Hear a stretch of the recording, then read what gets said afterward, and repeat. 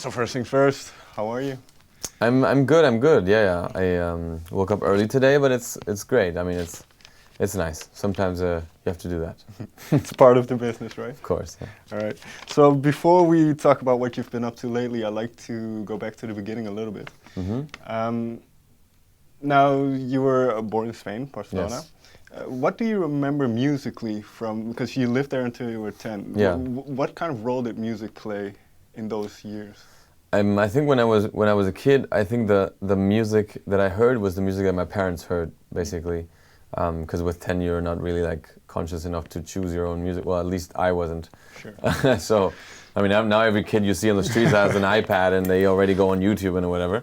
But yeah, it was a different time, of course. So I listened to a lot of Phil Collins, Elton John, Juanes, Gloria Estefan, a lot of things like that. So what my parents liked, and they had a good taste in music, so it was good for me because I definitely picked up good stuff. So it's nice, I have everything to thank. And then I remember in Spain, before going to Japan with 10, I started to create an interest or grow an interest on the piano of my grandmother. And then I remember I liked to play a little bit, and she showed me a song and everything. Yeah. Okay. So that was where the kind of foundation was set. Yes, I think so. And then you moved to Japan, age 10, which is, I suppose, a difficult year because that's when you're kind of developing your personality those years. Yes, I think later on though. Like Okay. for me, it was later. I matured a bit later. Yeah. No, yeah. With 10, I was still very I was still a kid, a baby. I think almost. Because when I was 10, I just followed, wherever your parents go, that's where you also want to go. You feel like home wherever your parents are. So for me, going to Japan was a challenge. Of course, I had to do new friends. I had to make, it was hard, of course, but still, I think in that time until I was 17, that's when I came back. That's when I really developed my character. Okay. The teeny years of puberty, that's all happened in Japan. Yeah. Right. And then going back was harder. Yeah. Was harder? How come? Yeah, because I think that's when I saw,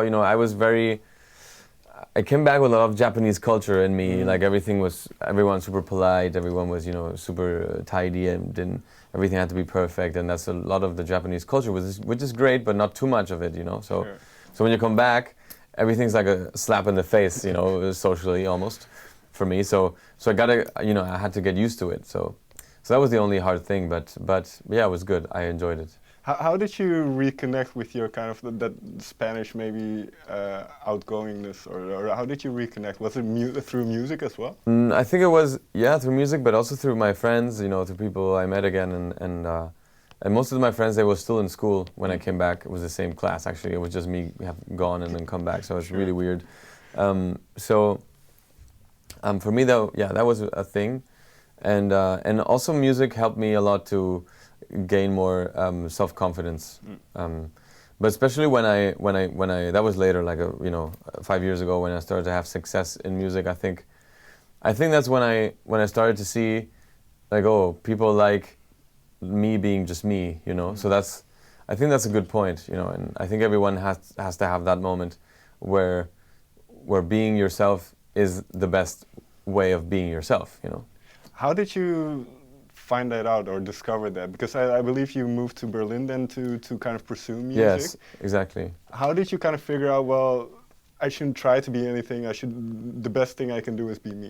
That I figured out later. When I started and released the single, I thought, whoa, like, what am I gonna... I'm not Lady Gaga or something. No, I don't have any, like, special stuff. I'm just very normal. So how are people gonna find that interesting, But then I forgot the power of music, because in the end, everything that matters is music as well. So, of course, you can, there's people who follow all these reggaeton artists because it's kind of more like a lifestyle thing than actually the music, It's more, everyone wants to dress like them, everyone wants to be like them with the chains and the cars and the whatever. But it's for me, it was like, I can be your neighbor, and, and that's totally normal. But that's who I was, and I was a bit afraid. I was doubting myself in that, because I thought, I'm not an artist, I'm just me. And then, so when the success happened, and then I saw people saying, "Oh, I like how just natural you are, and how genuine, and you don't need to do anything to be cool because you're just you." And I said, "Well, Thank you. Look, wow, okay, that's true. So if you think that, then, that gave me more self-conscious security. So I was very happy because I didn't feel oppressed anymore. I didn't feel pressured that I needed to be somebody that I wasn't. Even though the songs, were written also by me, so it's weird. It's a weird combination. But those before the kind of the success and that first single kind of blew up. How did you see yourself as a musician? What were you trying to do? Were you trying to make songs that weren't necessarily fit you, or what? No, I was doing. I had a band that was in. Well, we had a band in Spain with my brother and a few friends, and then I was doing all kinds of music because I liked all kinds of music. I didn't really define it. We were singing in English, and I think we had one song in Spanish only, and then I started to write for other people as well because I felt that I needed to work as a musician because I had studied something totally different, but I wanted to, I wanted to do something with music, and I wanted to earn a living. So I said, so maybe I have to write for other people, and for me that was also a way to make contacts, to meet new people. So through that, it actually happened, that I went to Berlin because I met some people, and then in Berlin I started writing, some Spanish songs, which in the end the label heard it and said, hey, why don't you also just sing it and, represent them yourself? So I said, I've never done Spanish music before. But of course, if I wrote it and if you like it, then maybe let's try. So I didn't have any opportunities like that before, so that's why I said I'm just going to take it. Yeah. But I can assume that, and maybe I'm wrong in this, but then singing those songs, and especially those first shows you start playing in your native language in a way, that must have felt really natural. Yes, it felt natural, but also a bit weird because for me, I mean, natural in one way because it was Spanish and because it's part of me, of course, but in the other way, I was never the lead singer. In my band, I was actually the keyboarder and backing vocalist. So for me, it was weirder to actually be in the front line and singing and not knowing what to do with my hands, I have a microphone and where do I put my hands? I was always protected with the keys, All the attention is on you all of a sudden. So exactly. Yeah, also interviews, sometimes when I was doing promo, I was alone this time, I didn't have my bandmates. And then we could say, hey, you answer this question now, I'm tired. It was always me, so, and everything there was more pressure I felt because everything was just me. Sure. And then if it's 4 people, you can at least correct it or you can balance it throughout, those people, and between those people. But for me, it was just me. So, and it's still me, which now I feel is also good because I don't have anyone to fight with creatively or whatever. But it's of course it's when you're on the road so often, you also miss that feeling of a band, But I have my band, which we're 9 on stage, so it's cool. So when we're on tour, I love that feeling, yeah. But I can imagine because all of a sudden, on the one hand you have that creative freedom, but then, like you say, all the responsibility is yours as well. So if something works out or it doesn't, then yeah, exactly. I mean, I think I've created like a band, but an internal band, kind of like a backstage band. My team, my management, the label, and everyone. I think those guys are the ones that are my band now. And we all decide, the stuff and it makes sense and it's a good balance. So yeah, it's good like that. What was it like then? Like you say, coming from a Japanese kind of culture as well, very reserved, and all of a sudden people recognize you and. Yeah, that must have been strange then. For me, yeah, it was very strange when the first time people recognized me on the street because they knew my music, and then it was weird because I would never, like, it's still weird actually. When I get home and I'm there for, I don't know, maybe a few weeks, if I can, and then I go back and do a show or something, or walk on the street in Italy or something, arrive at the airplane or something like that, and there's people who want a picture with me. I say, oh right, yeah, people actually want to take pictures of me. I totally forget, that people want to take pictures of me, because for me it's like a totally different world. It's like a parallel world somehow. So it's still strange, yeah. But do you separate those two worlds then, the kind of your home life and your artist life? Yes, of course. I think I separate them, but they're actually very close together as well. Because I'm the same person right now that I am at home. as I don't dress up, or I don't do a character, or I don't talk funny or something, and then at home I'm totally different. You know, yeah, that's why I think it's very much related. But of course, when I'm at home, I'm just, you know, chilling and trying to escape from everything else that I have done during the whole promo days. Yeah. Fair enough. And then obviously, well, we talked about kind of that initial success that you had. Yes. And then I suppose the thing is always, well, where do you go from there? So for you, especially musically, because you had a couple of songs out then the first album. Yes. With Eyes on the second album, where did you think you wanted to go creatively? I think the second album was an album that was more open creatively. I think it was more. It was saying, okay, let's just try and do, you know, take influence of so many different places, like reggaeton a little bit even, or you know, some cumbia, you know, some Latin stuff, but also some other more traditional pop music and more international pop music maybe that I have heard when I was a small kid, you know. So and also there's a song on the piano also, you know. There's a bit of everything actually, and that really represents my way of enjoying music, because I think every music style is for a mood, and you can't always have the same music, because then for me I would be in the same mood all the time. So you have to have music for every time of the day and time of the year. So for me that's you know, that was the important thing, to kind of show everyone, hey, look, this is what I like and this is what I do with it. So yeah, so it was cool. I mean, it was an incredible process and a very interesting one, because when we did the first album, it was more like, okay, we want to define this kind of creative route, and we're going to follow it like this, because so people, you know, get the feeling of this is Álvaro Soler, and that's the identity. Because in the beginning, creating identity is the hardest part, I think.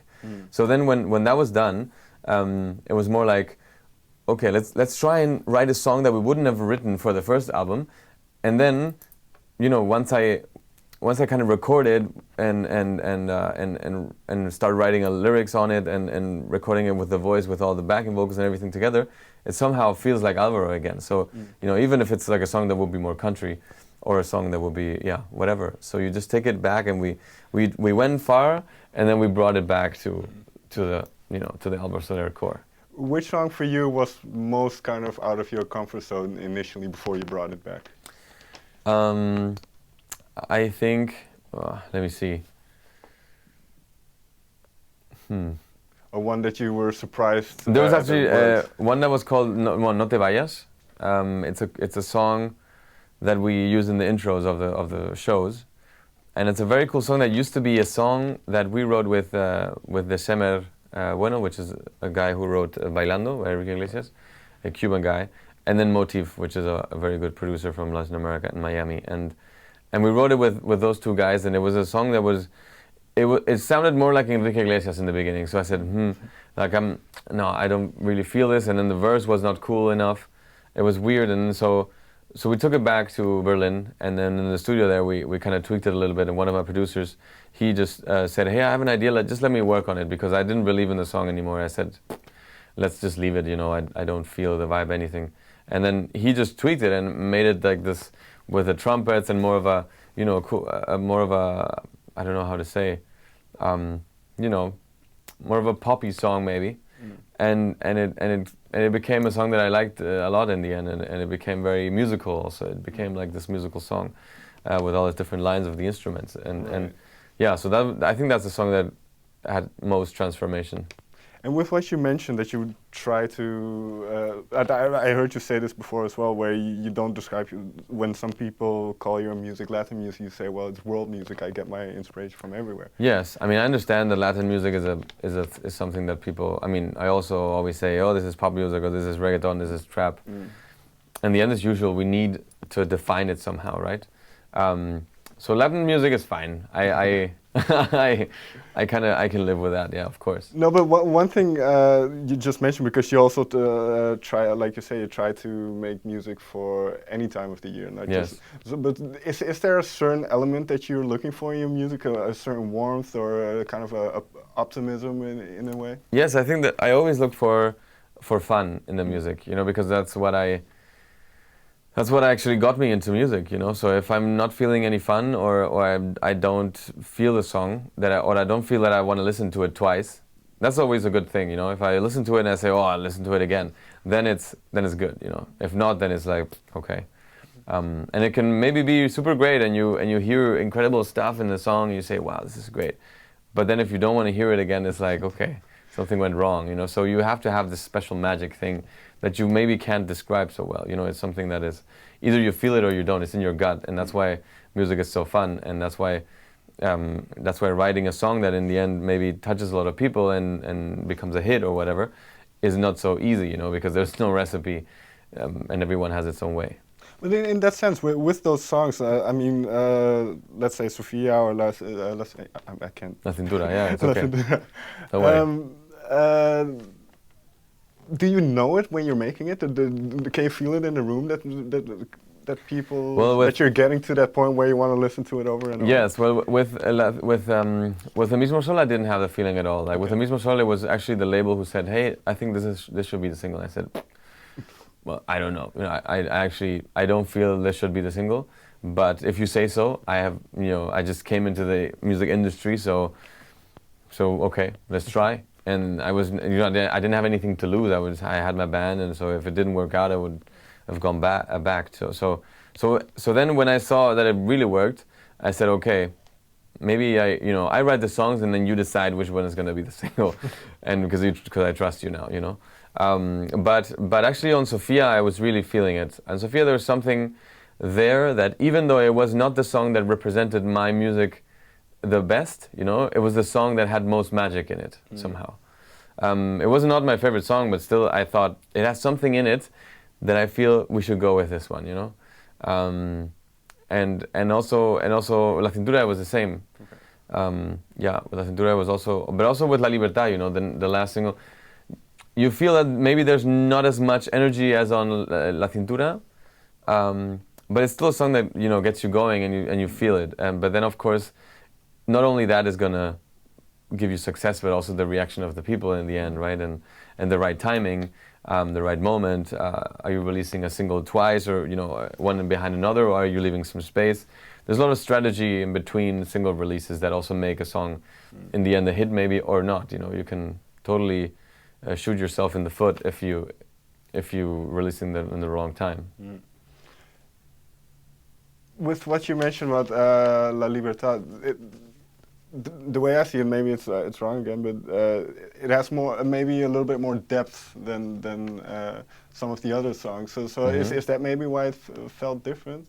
La Libertad, you mean? Yeah. No, I think maybe, you know, Sofia for me maybe is the one that has less meaning. I mean, because Sofia is a song that it's about a breakup, you know. It's more of a very normal story, you know. Sure. But La Cintura for me is more important because it is actually a self-ironic song, because it talks about me not knowing how to dance, but still saying, hey, it's okay because I'm having fun with it, you know. So don't let people bring you down saying, hey, but why don't you have to dance if you only dance well, you know, or if you're a professional dancer? Well, that makes no sense, because why can't I have fun if I like doing it? I'm not super talented in dancing, but it's okay, you know. There's people who like to sing and can't sing. Well, let them sing, you know. So, but also La Libertad has this, you know, maybe La Libertad has a more political meaning, which is this, you know, freedom, and especially doing some videos in Cuba, which I have done, and seeing reality in a different way, and seeing how other people in other countries live, and comparing the freedom that we have here in Europe to the freedom they have there. And it has nothing to do with each other, you know. They can't say whatever they want, and they can just leave the country like that, you know. And I've heard so many stories that I thought, wow, you know, we're really lucky. And I was lucky to be born here, because actually in the end we don't choose where we want to be.